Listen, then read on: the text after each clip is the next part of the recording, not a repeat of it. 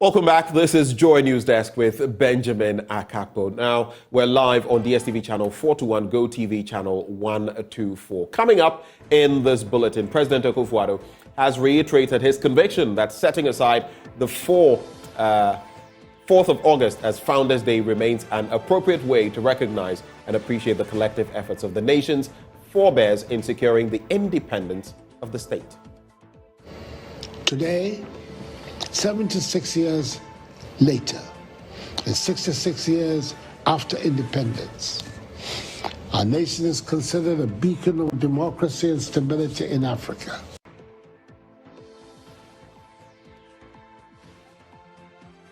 Now, President of the Republic of Ghana, His Excellency Nana Addo Dankwa Akufo-Addo, has reiterated Ghana's commitment to see countries ravaged by coups d'etats and unlawful military takeovers in the West African sub-region return to democracy. Ghana will continue to count on her diplomats to offer the needed support in these countries to help them return to democratic governance, which is the norm, and without doubt would yield more sustainable growth and development. And the Asante Hene Otumfuo said to the 16th occupant of the Golden Stool says Africans and the Africans in the diaspora should not continue to blame colonialism for their challenges, but forget about the past and look forward to finding solutions to its challenges. Affords us the opportunity to perform a historic duty to pay homage to the 20 million sons and daughters of Africa who were the victims of the transatlantic slave trade. Without doubt, the most cruel enterprise in human history.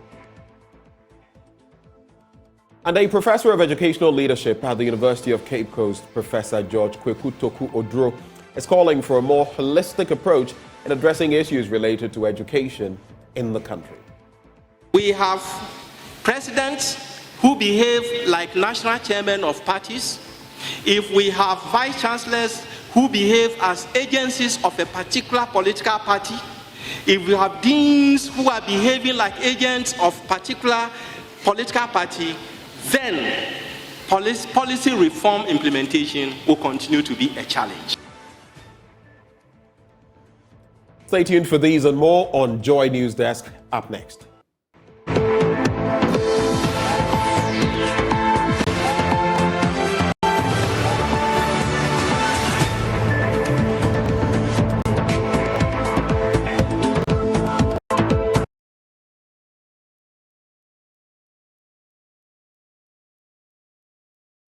Thank you for staying. Let's settle for the details now. And in our first story, President Akufo-Addo has reiterated his conviction that setting aside August the 4th as Founders' Day remains an appropriate way of recognizing and appreciating the collective efforts of the nation's forebears in securing the independence of the state. He made the assertion in an address to the nation to herald the 4th year since the 4th of August Founders' Day holiday was instituted. The holiday was first observed in 2019.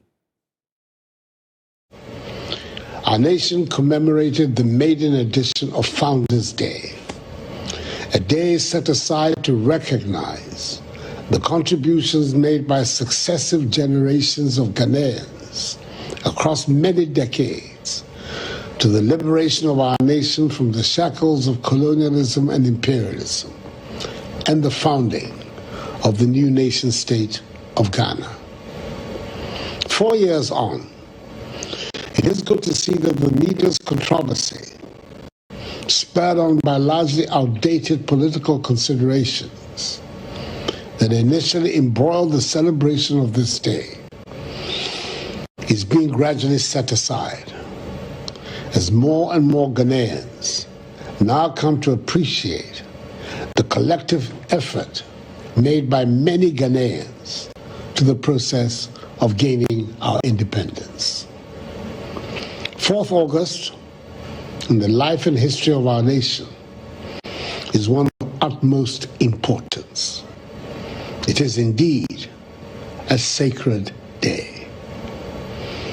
We must remember the sacrifices made some 126 years ago when a group of our forebears formed the Aborigines Rights Protection Society in Cape Coast on 4th August 1897.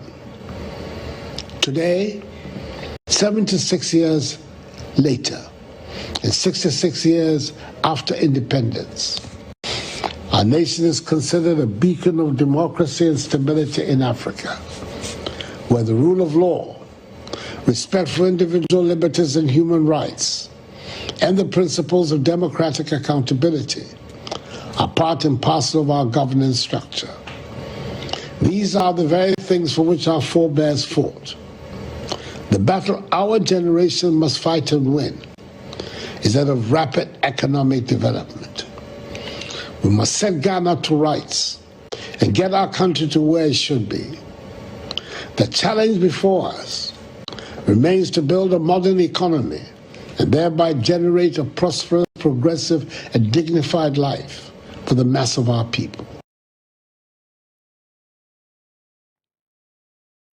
Now the Asantehene Otumfuo said to the 16th occupant of the Golden Stool, says Africans and the Africans in the diaspora should not continue to blame colonialism for their challenges, but forget about the past and look forward to finding solutions to the continent's challenges. Power of reconciliation and renewal. So, embedded in our culture is an obligation to honor our dead, to draw inspiration from their lives and to celebrate our heroes. Trinidad and Tobago deserves all the honor as the first nation to commemorate Emancipation Day as a national holiday. And particularly for giving it the international dimension it has assumed. Our presence here affords us the opportunity to perform a historic duty to pay homage to the 20 million sons and daughters of Africa who were the victims of the transatlantic slave trade. Without doubt, the most cruel enterprise in human history. To salute the valiant heroes and martyrs who through 2 harrowing centuries mounted courageous resistance against the enslavement to try and break free from the chains of bondage. We salute the brave men and women of all races and persuasions who stepped forth to lead the anti-slavery movement, whose trenchant struggles paved the way to the historic emancipation of August 1st, 1834. And yes, we also salute the heroes in the post-emancipation epoch.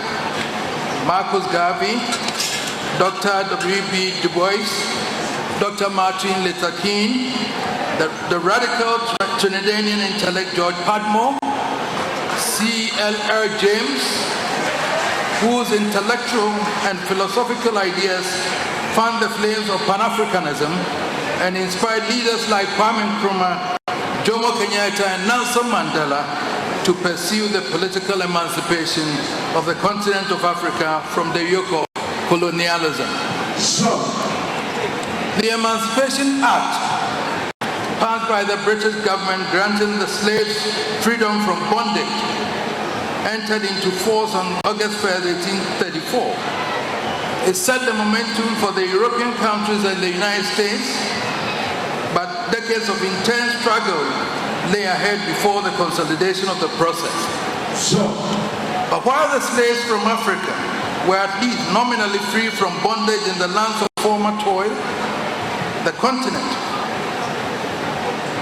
were at least from which they were extracted remained under colonial subjugation.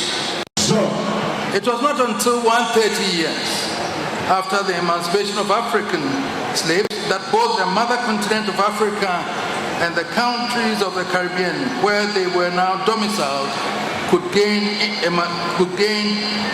independence from the colonial masters, beginning with Ghana in 1957, and even then from the continent as well as the diaspora, we continue to ponder What emancipation? Sure. What emancipation when every government in Africa is still struggling against severe odds to lift their people from grinding poverty? What emancipation when we still are obliged to look up to our former colonial masters for support and survival? What emancipation when the descendants of the emancipated slaves still cannot walk the streets of the greatest nations on earth, free from fear for their lives? What emancipation for George Floyd, Steve Lawrence, Fafona, and the endless line of our descendants who have fallen to the feet of racial bigotry across Europe and the United States? And what emancipation when even our sportsmen cannot perform without confronting the taunts and hate of mobs because of who they are? We have come to share with you the joy and mirth of the moment, to showcase the enthralling culture that defines us and to bear testimony to the fact that beyond the walls of history and the oceans that seek to separate us, we remain and ever will be one people with one common destiny. It is in that spirit that we also recognize the need to go beyond the mirth of the moment to try to understand the essence of emancipation and the challenges it. Now, President of the Republic of Ghana, Nana Addo Dankwa Akufo-Addo, has reiterated Ghana's commitment to see countries ravaged by coups d'etats and unlawful military takeovers in the West African sub-region to return to democracy. Speaking at the commissioning of Ghana's Foreign Service Institute, he underscored the importance of democracy and development while assuring that Ghana will render all the needed support to this country's return to democracy and the rule of law. Our foreign policy is an extension of our aims, achieved through the vehicle of good neighborliness, which seeks friendship with all nations who seek our friendship and partnership with Ghana in furtherance of these aims.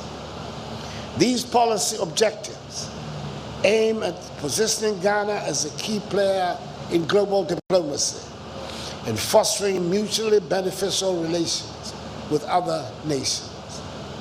By promoting a globally competitive foreign service, Ghana can represent effectively her interests and engage in fruitful diplomatic negotiations.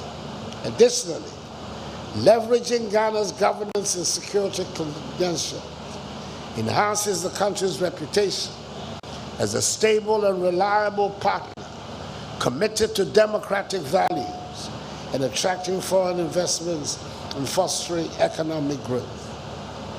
Finally, Your Excellencies, ladies and gentlemen, the establishment of the Foreign Service Institute reflects our recognition of the crucial role diplomacy plays in maintaining regional, continental, and global stability, and in promoting peaceful resolutions to conflicts. Our world today is at the brink of a new global order, which hopefully is being shaped by a democratic and cooperative culture, underlined by friendly partnership with the potential to contribute to human development. There are, unfortunately, emerging trends of some military takeovers in the West African region, which are, however, not seen or accepted by the international community as the norm and will never be. Ghana will continue to count on her diplomats to offer the needed support to these countries, to help them return to democratic governance, which is the norm, and without doubt would yield more sustainable growth and development opportunities for all classes of people in any society. Now, next story, supporters of the New Patriotic Party in the Nalerigu-Gambaga constituency of the Northeast region have endorsed the candidature of 31-year-old Fuseini Nuraini to contest the party primaries in the constituency. The supporters who came out in their numbers yesterday to accompany the aspirant to file his nomination forms say they believe he is the only one capable of winning back the seat from the NDC.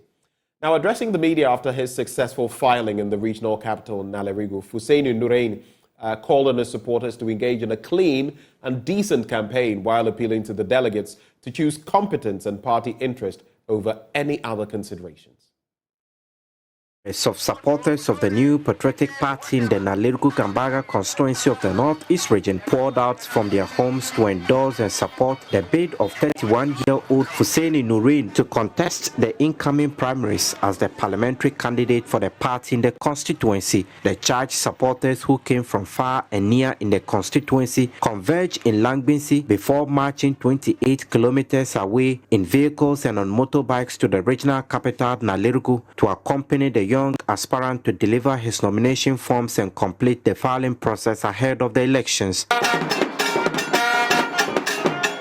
It was a brief but eventful exercise filled with dancing and cheering mixed with a skillful display of motor riding acrobats.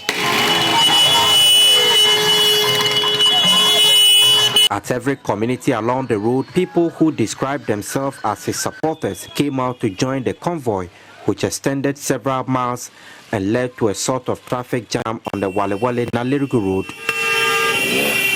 At the party office in Nalerigu, the constituency executives, led by the chairman and his secretary, inspected the nomination documents of the aspirant and with no hesitation or objection accepted and validated his filing as successful.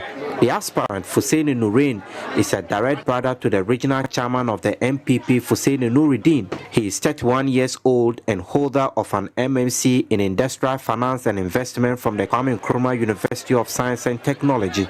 According to him, he is an MPP by default and also the current manager of the several commercial entities owned by his wealthy elder brother. Speaking to the media after his successful filing, Nuraini explained to the party supporters his motive for entering the contest. I have availed myself for the parliamentary candidature, not because I am the most talented person in Nalerigu-Gambaga, not because I have the highest educational level in Nalerigu-Gambaga, but I have the drive and believe that the Nalerigu-Gambaga people need to have a better alternative moving into election 2024.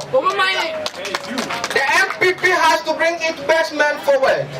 The delegates will decide.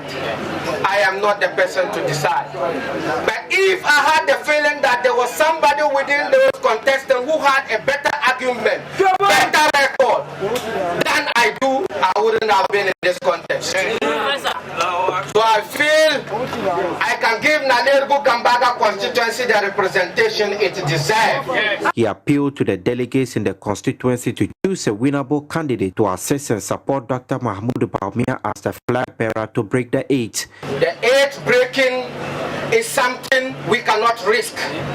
That is why the party has settled, or is almost going to settle, on Dr. Mahmoud Bawumia as the flag bearer of the party. The party cannot risk an apathy. That is why we have to bring our best men forward. The Nalerigu-Gambaga constituency deserves better. The current representation of our party in parliament is not enough for us. We need somebody who will deliver. Our constituency needs development. He also called on his supporters to engage in clean and decent campaigning on his behalf for the sake of unity to defeat the NDC and reclaim the seat. We have to unite. So this election, it is not about you, it is not about me, it is about the seat. So when we go back, we decide to our homes, let's think about how we can take back the seat from the NDC. If I am not the person to take the seat away from the NDC, it is up to you.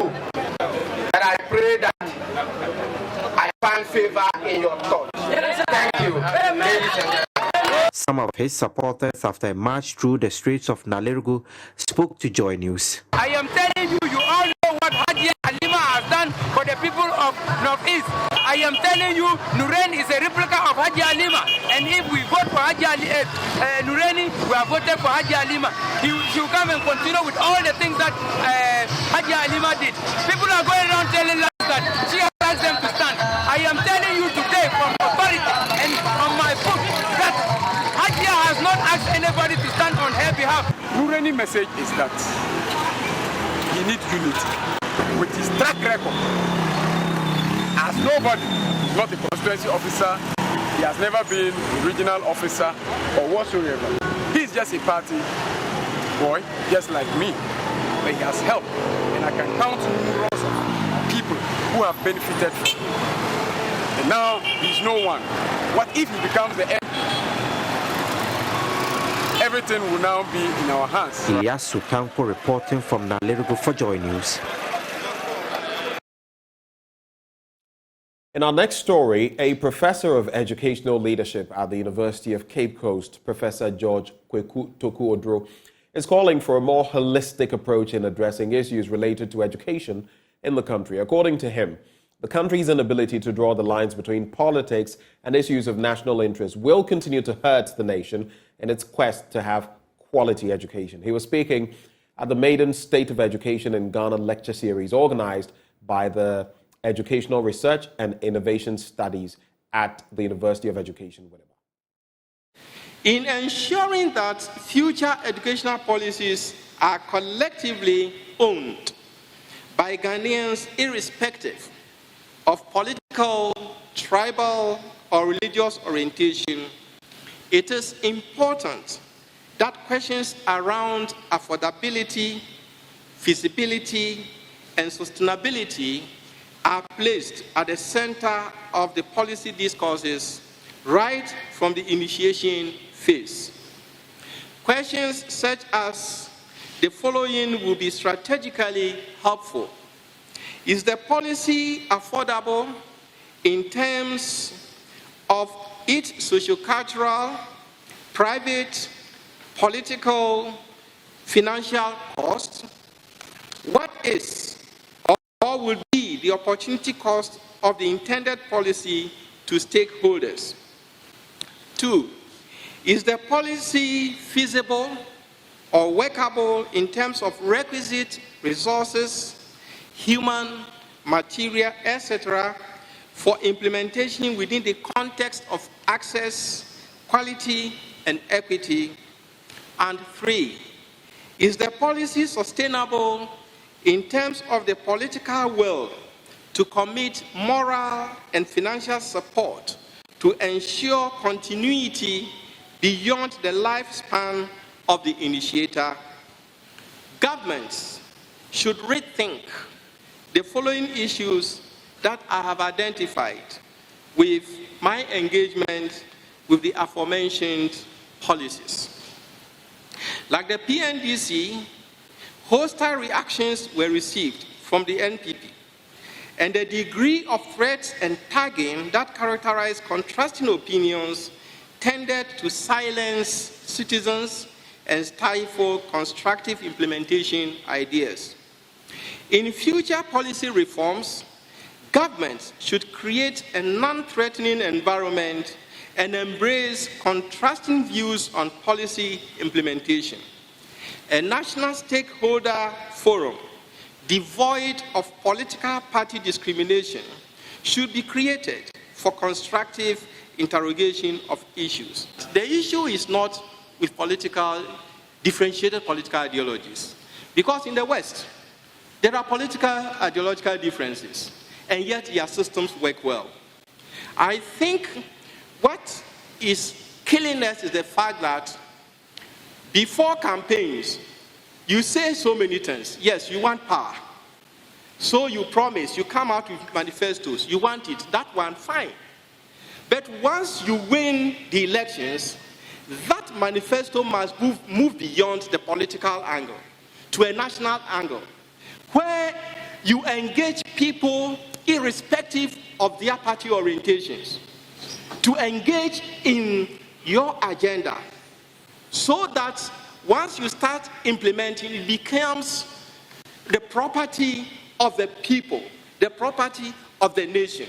That is what we are missing. The political, ideological differences, yes, they are there, but I do not think they are the issue. The issue is the over-partisanization of issues in the country. We need to look at that. I thank University of Education Winneba for creating this forum, which will be engaging.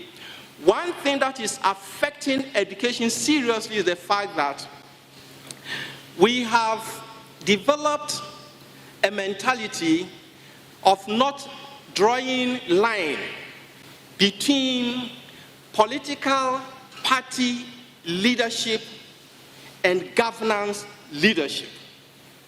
So you have at the district level, for instance, we have a district chief executive who should represent the district, behaving like the chairman of the constituency chairman of Party A or Party B.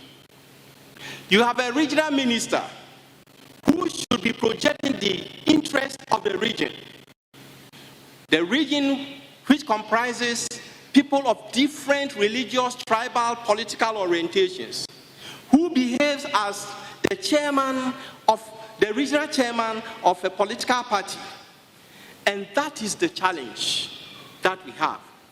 If we have presidents who behave like national chairmen of parties, if we have vice chancellors who behave as agencies of a particular political party, if we have deans who are behaving like agents of particular political party, then policy reform implementation will continue to be a challenge. This is one thing that we need. Also, a professor of the Institute for Educational Research and Innovation Studies, Professor Avia Nso, called for a concerted effort in tackling the challenges in Ghana's educational system. Time for us as experts and technocrats in education to initiate and have discussions on education. It appears to me that in most cases, we allow the media and the politicians to lead a serious discussion. This time, we are asking educators from this forum and out there across the country, in all the academic institutions. I'm sure our lead professor, Odro, will lead in this,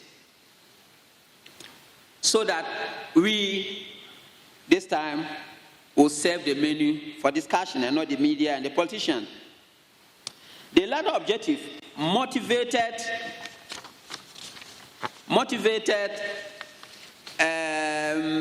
our choice of the two academics, one as a speaker and the other as a discussant. Because if you want to bring home the debates so that we can be the initiators, we can lead the discussions, it means that we might have academics who would obviously lead that aspect of it and state that very categorically. We also brought two representatives of the two main political parties. You have them on the Honorable Fojo and Honorable Park. I hope you are able to make it. Ladies and gentlemen, these are critical actors in the education space, and I mean the politicians. Love them or hate them, they will influence the policy. But that is not the case. The most important thing is that we must determine the focus and advise the direction. That is what we want this for.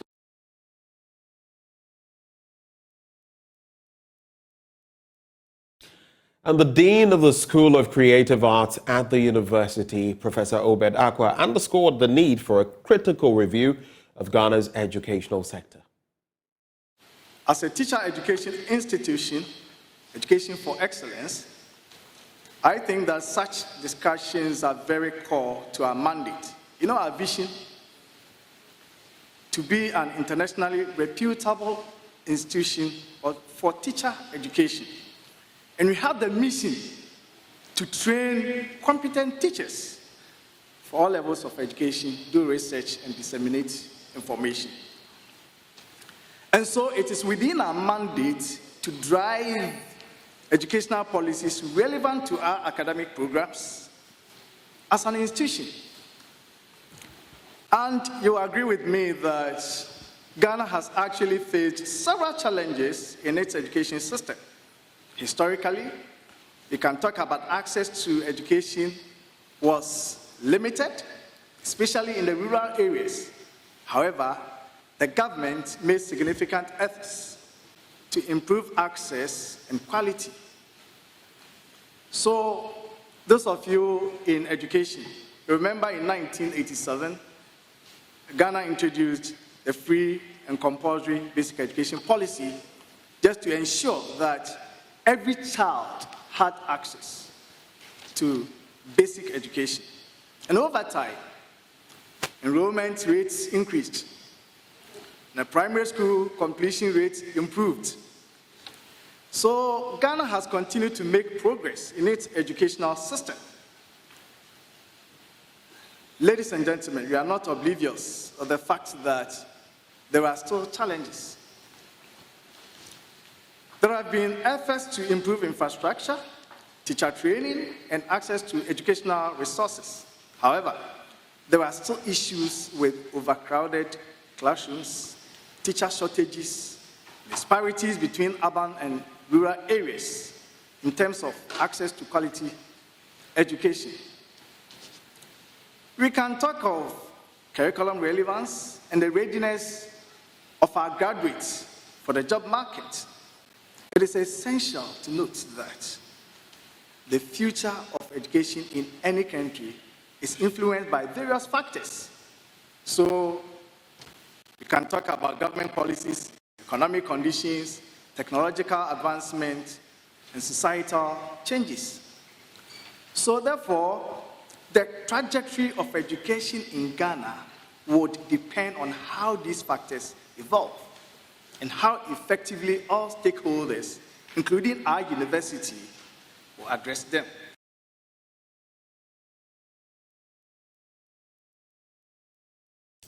Now, some Ghanaians are embarking on a historic road trip to London in the United Kingdom. Against all the doubts that greeted their announcement to embark on this 10,000-kilometer journey, they have crossed the African continent and are now in Europe. We'll be speaking to them in a jiffy, but my colleague Samuel Kojo-Brains joins me live via Zoom with some details of this trip. Samuel, what do we know about this trip so far? Well, we know that they started embarking on this epic road trip from Ghana to London on Sunday, July 23, exploring diverse cultures, breathtaking landscapes. And I tell you what, Ben, if you follow their page and the sort of pictures they have there, it will inspire you to say that you and I should also spark our vehicles and try to embark on one. Now, we know that, like you said, they've crossed West Africa and North Africa, and they're now into Europe.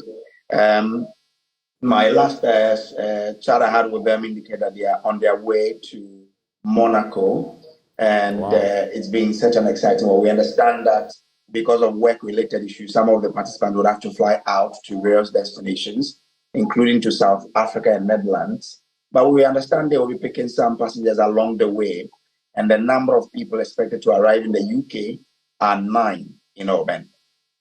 Do we know the people on this trip?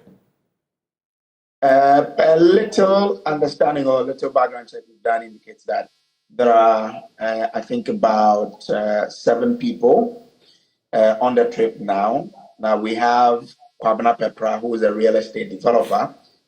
He's built a couple of 100 houses in his 20-plus year career.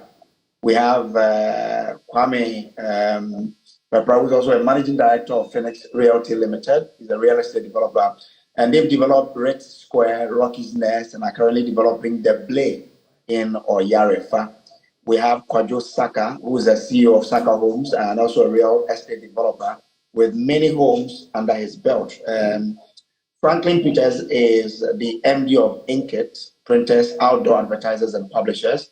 And he's on this trip, like we heard some time ago, someone was traveling under the sea with his son. He's also traveling with his 19-year-old son, Quincy, who is a student at George Mason University. We have Kwabena Ayeribi. He's an engineer from KNUST, whose banking career started with Stanchart in Accra and took him through UK, UAE, Hong Kong, India, and currently with Afri-Exim Bank in Egypt. And he is also driving with his brother, who's called Kojo by namesake. We understand that these 7 people will be entering UK on Sunday mid-morning through Dover. So that's the little we have on this particular trip, Ben. Well, Samuel Kojo Brace, thank you very much for the updates on that very exciting journey. But let's now speak to one of the participants on the trip, Kwabena Pepra, a real estate developer. Kwabena, what inspired this trip? And so far, what has the experience been like?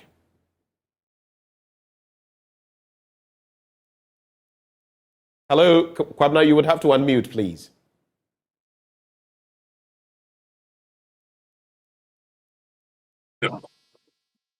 Hello, can you hear me now? I can hear you now, Kwabena. Right. Boss, this trip is just one of those dreams many people have about seeing different parts of the world in different formats.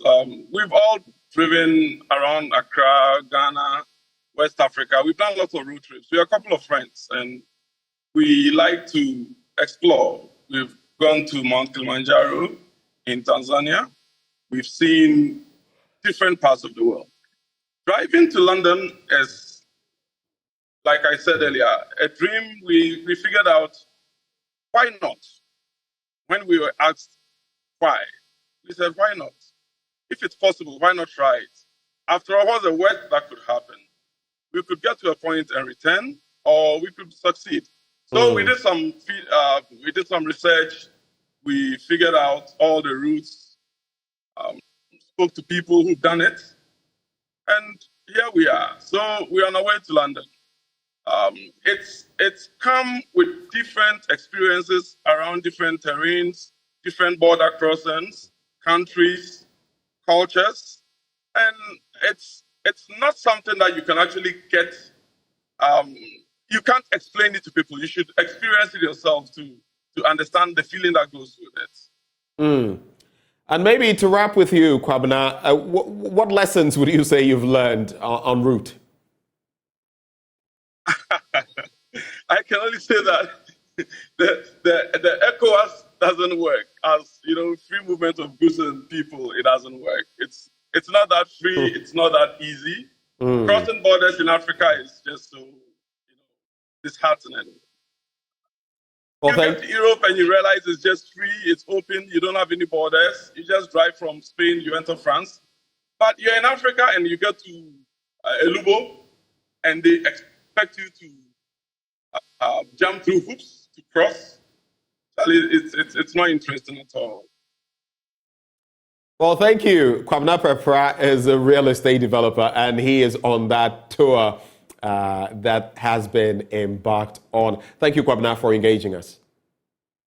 You're most welcome. Well, let's move on to our next story now. And the National Petroleum Authority in the Upper East region has revealed that as part of efforts to clamp down on the activities of fuel smugglers, it has collaborated with the security agencies to increase surveillance around No Man's Land, an area between Ghana's border with Burkina Faso at Paga. Correspondent Albertori has more.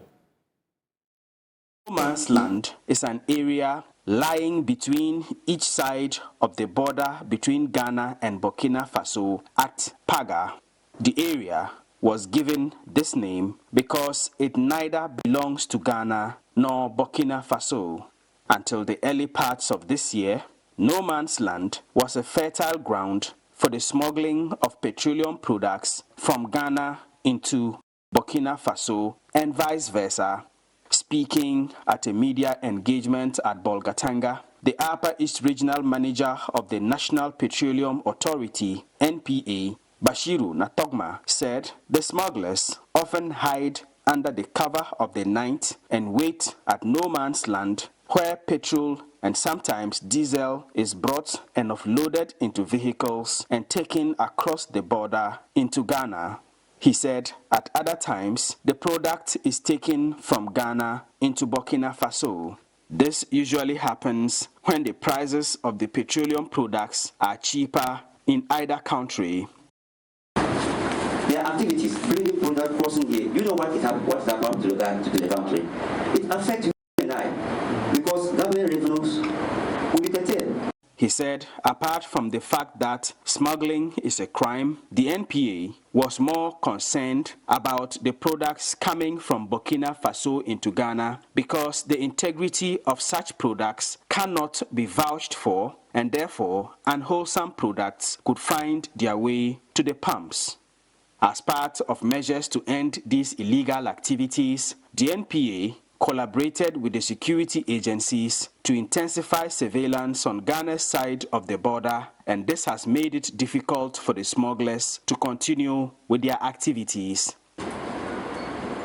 And because the security agencies, our collaboration with them, and then the way they are policing the borders, and the way they are on high alert, it's not easy for them. If you go to no man's land, now it's now a ghost place. Yeah. Nothing is happening there. You go to Bonnier, you all heard about that place. Yeah. The boundary there, nothing is happening. You go to Binda, that place, there's some boundary there where the students were doing the exchange, nothing is happening there. And all these things are happening under the leadership of our chief executive, Honorable Dr. Mustafa Hamid. He said, apart from collaborating with the security agencies, the Upper East Regional Office of the NPA is also intensifying their monitoring of fuel stations in the region, and that is making it difficult for the petroleum service providers to receive such unwholesome products, let alone serve it to the general public. The office of the NPA in the Upper East region has also recently closed down 16 illegal fuel reseller outlets in the region. We are also on the ground ensuring that we monitor, ensure that the measures we put in place on the ground here is not making it attractive for the PSPs to receive those products. So both sides is not conducive for them. We identify some 16 reseller outlets operating illegally. And the identification came as a result of when we were doing our main inspections. We interrogated some of them, we asked them questions about how come they are operating without papers. None of them was willing to even tell us the source of the fuel they are selling. You go to some place, you can't even see fire extinguisher. If I don't close it down and leave it, what will you say about me? For Joy News, Albert Sorry, Bolgatanga. Well, thank you for staying thus far. We take a break now for business. We'll be right back.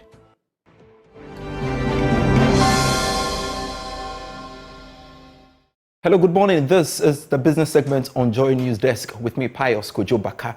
The vagaries of climate change and devastating imprints of illegal mining on farmlands are taking a toll on Ghana's agricultural sector, food security and biodiversity. It has been estimated that the country may in the coming years struggle to feed its indigents if measures are not instituted to fight the menace. Fortunately, 50-acre lands in 6 districts within Obuasi and Adansi areas degraded by illegal mining activities are being reclaimed through oil palm plantation. Emmanuel Bright Kweku has more in this report. Several open shallow pits dotted across an abandoned illegal mining site at Adasi on the outskirts of the Obuasi municipality. Like other communities and agricultural plantations ravaged by artisanal mining, the impact of the illegal activities are glaring. Director of Agric for Obuasi East, Yao Osei, says the illegal miners have overtaken lowlands purposed for horticultural produce, threatening food security in the district. Most of the lowland areas which were used to cultivate vegetables and rice have been taken over by these galamseyers, these activities of galamseyers. And if care is not taken, it will go a long way to affect the food production in the district, which will also go a long way to affect the food security situation in the country in general. Formation of sinkholes, contamination of soil, and loss of biodiversity are a few of the deleterious impacts of illegal mining on farmlands. There have been urgent calls on the government to find pragmatic solutions to the menace. In its bid to salvage the worsening situation, AngloGold Ashanti Obuasi Mine, through its 10-year socio-economic development plan, is converting about 50-acre degraded lands in the Obuasi municipality and 5 adjoining districts into agroforestry block farms. Launched 2 years ago, the climate-resilient oil palm project is expected to contribute to Ghana's deforestation mitigation targets by the end of 2026. Daniel Artabentum is Sustainability Superintendent at AGA Obuasi Mine. As part of our socio-economic development plan, 10-year plan, agric intervention is one of the key areas that we are looking at. So if you look at the plan, we've made several support towards agriculture. One of the key or highlight areas is the climate resilient oil palm project, which is affecting about 6 districts within the Adansi enclave. And this is to try and then see how we're able to use oil palm to reclaim lots of the land that have been degraded or that has been used for mining purposes. The study with Solidarity that shows that the Adansi enclave is climate vulnerable. Nearly 30,000 oil palm seedlings of 2 variants are being distributed to over 2,500 farmers in the Obuasi Municipal, Obuasi East, Adansi North, Adansi South, Adansi Asokwa, and Adansi Akrofom districts. So right here in the seedling yard, we have about 2 varieties. That is the palm elite and then also the one we got from Ghana, Sumatra. Each of these seedlings have their strengths, and we would want to sort of put it across the Adansi enclave and learn from it. One is good and resistant to drought. The other also comes in abundance when it's seasonal, and these are the balances that we want the farmers to have. And that's it for business. Back to you, Benjamin. Well, thank you very much, Pius. And it is on that note that we cap off Joy News Desk this morning. Thank you for staying. Stay for the rest of our programming on Joy News.